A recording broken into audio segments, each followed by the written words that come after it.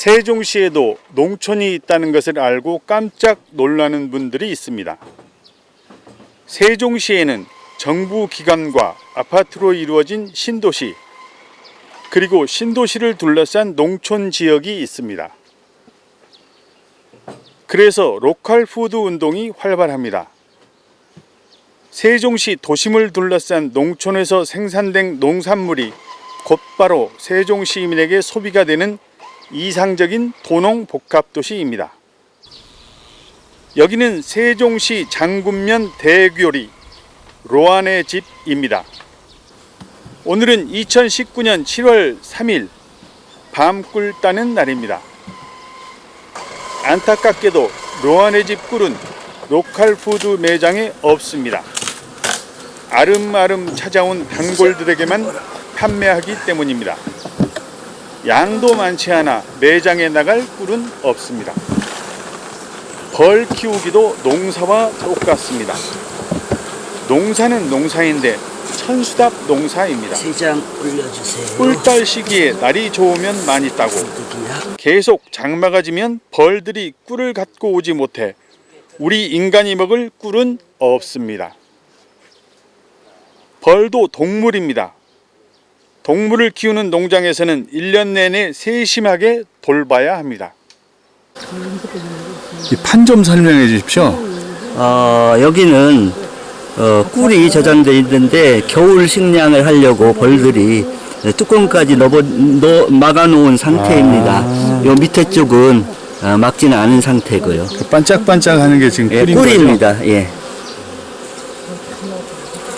그러니까 벌이 자기 먹으려고 했는데 우리 인간이 먹는 거네요. 예, 그렇죠. 뺏어 먹고. 예.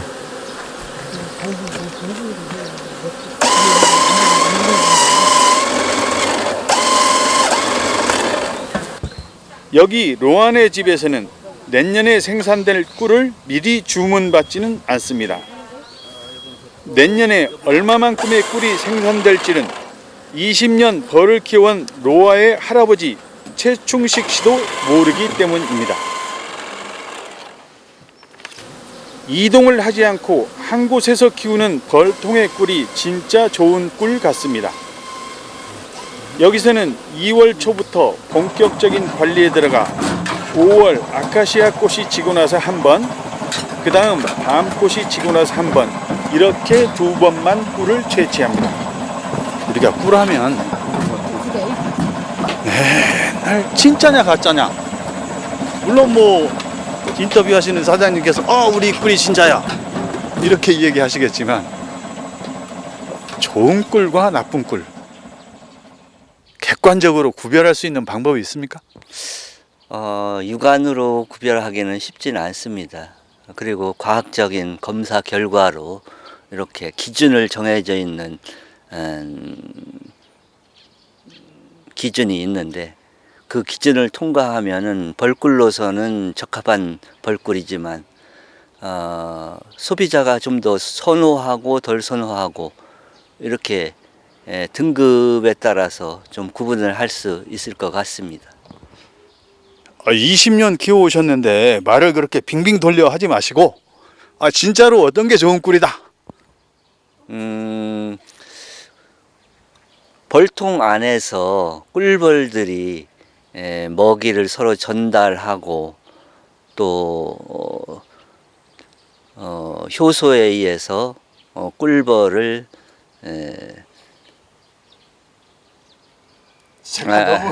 너무 대답하기 어려운 질문을 드린 것 같습니다. 벌꿀을 제대로 전화시켜서 농축되고 숙성이 돼야지 좋은 꿀이라고 이렇게 볼 수 있습니다.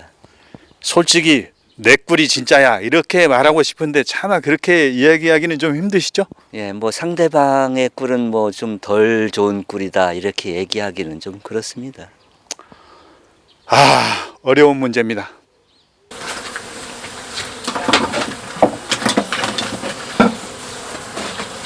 꿀은 밀랍으로 이렇게 막아야 되는 거예요. 자기들이 예. 저장하고 나서 예, 다 이렇게, 저장했다 하고 딱 창고를 막는 거죠? 막는 거예요. 예.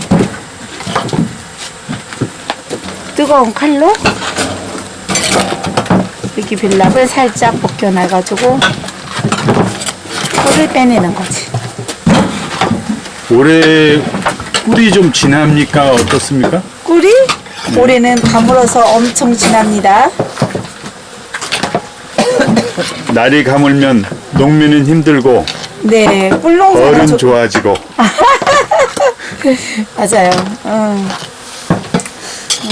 그러면은 꿀농사하고 네. 일반 농사하고 같이 해야 되겠는데?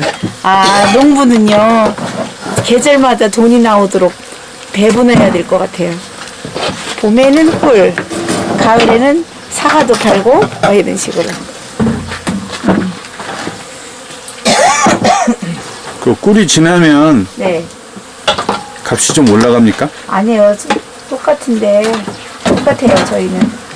어쩌지 품질이 좋다고 더 받고, 안 좋다고 덜 받고, 그럴 수는 없고, 일률적으로 비슷해요. 이렇게. 좀만 더 보여주십시오. 네네. 반질반질한 게. 네. 네.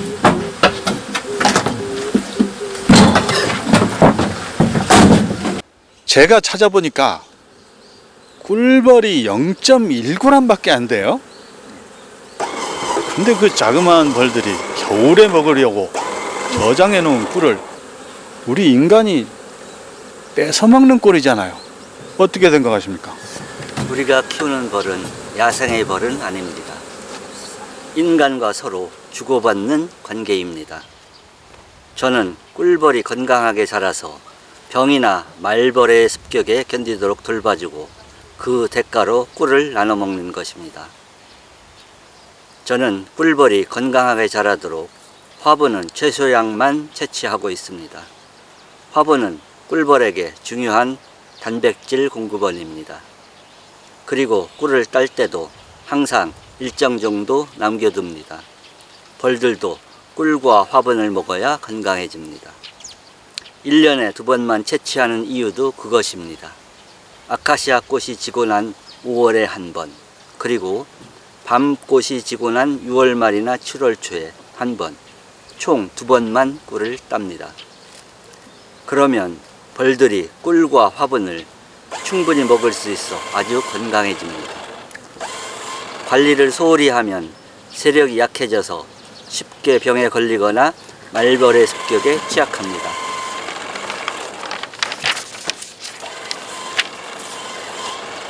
장수말벌 한 마리가 들어오면 일벌 1,000마리가 싸워서 죽어야 합니다. 군사가 많고 세력이 강하면 1,000마리가 죽어도 그룹 전체에 치명적인 영향은 없습니다. 제가 꽃을 좋아하는 이유도 사실은 꿀벌 때문입니다. 꿀이 만들어지는 꽃과 꿀벌과의 관계를 연구하다 보니 자연스레 여러 가지 꽃을 연구하게 되었고 관심을 갖게 되었습니다. 꽃은 벌에게 꿀을 제공하고 자손을 멀리 퍼뜨립니다. 서로 공존 관계입니다. 저와 꿀벌도 서로 공존의 관계라 생각합니다. 꿀벌은 저에게 달콤한 꿀을 주고 저는 꿀벌이 건강하게 지내도록 돌봐줍니다. 꽃밭정원 뒤쪽 산 기슭에는 로아의 할아버지가 키우는 벌통이 30개쯤 있습니다. 여기에서 나오는 꿀에는 아름다운 이곳 정원의 향기가 배어 있을 것 같습니다. 연구원 시절부터 취미로 키워온 꿀벌인데 어느덧 20년이 돼갑니다. 퇴직한 지금까지도 최충식 씨의 꿀벌 사랑은 끝이 없습니다. 과학도답게 지금도 영어 원서를 뒤적이고 꿀벌 일기를 써가며 양봉을 하고 있습니다. 꿀벌의 어떤 매력이 과학도 최충식 씨를 20년이나 붙잡았을까요? 꿀벌의 생태는 굉장히 역동적입니다. 벌통 한 층에 보통 2만 마리가 들어 있습니다. 저는 통상 3층까지 세력을 키웁니다. 여왕벌 한 마리에 6만의 군사가 있다는 이야기입니다. 6만의 꿀벌이 각각 맡은 역할이 있습니다. 인간의 몸이 수많은 장기와 세포로 이루어져 있지만 각자 맡은 역할이 유기적으로 이루어져 인체가 움직입니다. 이 유기적인 관계가 고장이 나면 병이 드는 것이지요. 꿀벌도 마찬가지입니다. 6만의 꿀벌이 마치 인체의 세포나 기관처럼 유기적으로 움직이는 것은 예술입니다. 또한 꿀벌은 세대 교체가 굉장히 빠릅니다. 한창 바쁘게 일하는 일벌의 수명은 통상 30일 내지 40일 정도입니다. 이런 기본적인 것들 외에도 벌들의 유기적인 의사소통, 행동 결정, 생태 등이 복잡하기는 하지만 제게는 학문처럼 재미있습니다. 꽃향기 가득한 노안의 집 정원. 세종시 장군면 대교리 독골마을에 있는 개인 정원입니다. 개인 정원이기는 하지만 지나가던 낯선 사람이 들어와도 반갑게 맞아주는 노안의 집. 여기에는 대문도 없습니다. 요즘 세상에 자기 집 정원을 활짝 열어놓고 길손을 반기는 집이 있다는 사실이 신기합니다. 정원 가꾸기를 좋아하는 분들은 아이들의 손을 잡고 꼭 한번 방문해 보시기 바랍니다. 이렇게 아름다운 꽃밭 뒷산에서 꿀벌을 키우는 노아의 할아버지 최충식 씨, 그리고 꽃향기를 좋아하는 노아의 할머니 유창우 씨, 이들 부부의 수채화 같은 꽃과 꿀벌 이야기를 들어봅니다. 디자인에 관해 이런 말이 있습니다. 디자인이란 뭘 자꾸 덧붙이기를 하는 것이 아니라 자꾸 빼기를 해서 더 이상 뺄 것이 없을 때 디자인은 완성된다. 저희 집 정원도 이런 컨셉입니다. 처음 여기 왔을 때 누구도 그렇듯 심고 싶은 나무가 얼마나 많았겠습니까? 그런 욕심에 이 나무 저 나무 많이도 심었습니다. 그런데 어느 날 보니 수많은 나무에 치여 제 마음의 여유가 없어졌습니다. 게다가 나무가 커갈수록 집도 습해지고 사람과 집이 나무에 갇힌 꼴이 되고 말았습니다. 그래서 자꾸 빼기를 해서 더 이상 뺄 나무가 없고 꽃이 없을 때까지 캐냈습니다. 그리고 땅의 힘과 높낮이를 느낄 수 있게 자연적인 선을 그대로 드러나게 했습니다. 여백과 곡선 그리고 빛의 명암을 많이 살렸습니다. 평탄한 대지보다는 굴곡과 언덕이 있는 땅에 집을 지어 놓으면 보기도 좋다고 생각합니다. 사는 집은 치장이 없고 소박하고 단순하게 지었습니다. 이렇게 지으면 건축비도 적게 들고 관리도 편리합니다. 어차피 시골집은 오래되면 어차피 시골집은 오래되면 집값이 없어지고 땅만 남게 됩니다. 집에 돈이 많이 들이는 것은 낭비라고 생각합니다.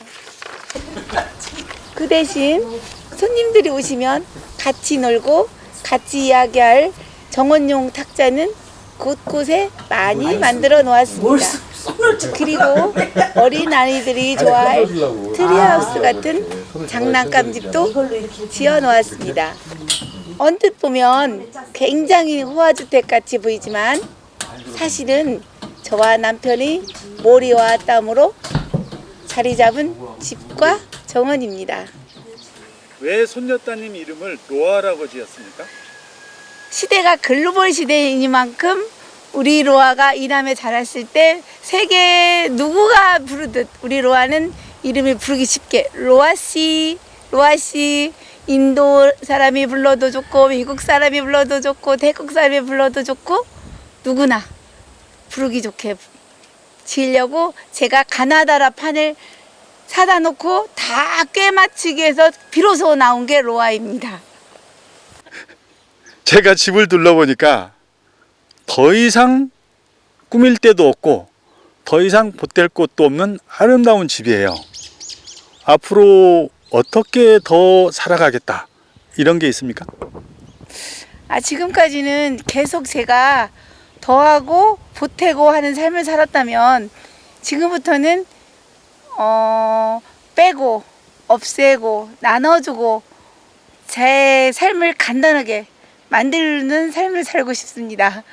그리고 제가 나이가 먹다 보니 눈이 잘 안 보여요. 그래서 적당히 안 들리고 안 보이는 삶이 제 살아가는데 편리하고 순응하고 스트레스도 덜 받고 너무 행복한 것 같습니다. 잘못했어. 아니 잘하셨는데. 양봉도 농사입니다. 날씨나 기후의 영향을 많이 받습니다. 어떤 해는 비가 많이 와서 전혀 수확을 못한 해도 있었습니다. 자연에 순응하면서 자연이 주는 만큼만 이렇게 얻는 걸 배우는 계기가 되었습니다. 제가 어제 차 마실 때는 네, 이제 여기 정리하고 원룸에 살고 싶다. 심플하게 그러셨잖아요. 네네네네 맞아요. 이유가 뭐예요? 이유가 저는 여기 모든 사람들이 로망이 전원에서 꿈꾸는 삶이잖아요. 근데 저도 그런 꿈꾸는 삶을 10년 동안 살았어요. 근데 지금 너무 행복하고 너무 좋은 면도 있지만 어느 면에서는 제가 백조가 된 느낌이 들거든요. 백조는 겉은 우아하지만 수없이 헤엄을 쳐야 되는데 저도 수없이 정원을 위해서 꾸준히 노력하고 있습니다. 그래서 어느 때는 나도 원룸에서 나 혼자의 많은 삶을 즐기고 싶다 이런 생각을 가질 때도 있어요. 낯 모르는 사람이 지나가다가 들어와도 반갑게 맞아주는 로아네 집. 벌과 꽃을 사랑하는 로아의 할아버지 최충식 씨, 할머니 유창우 씨, 이들 부부의 전원 생활이 부럽습니다. 이상으로 세종의 뒤뜰 방송을 마치겠습니다. 안녕히 계십시오.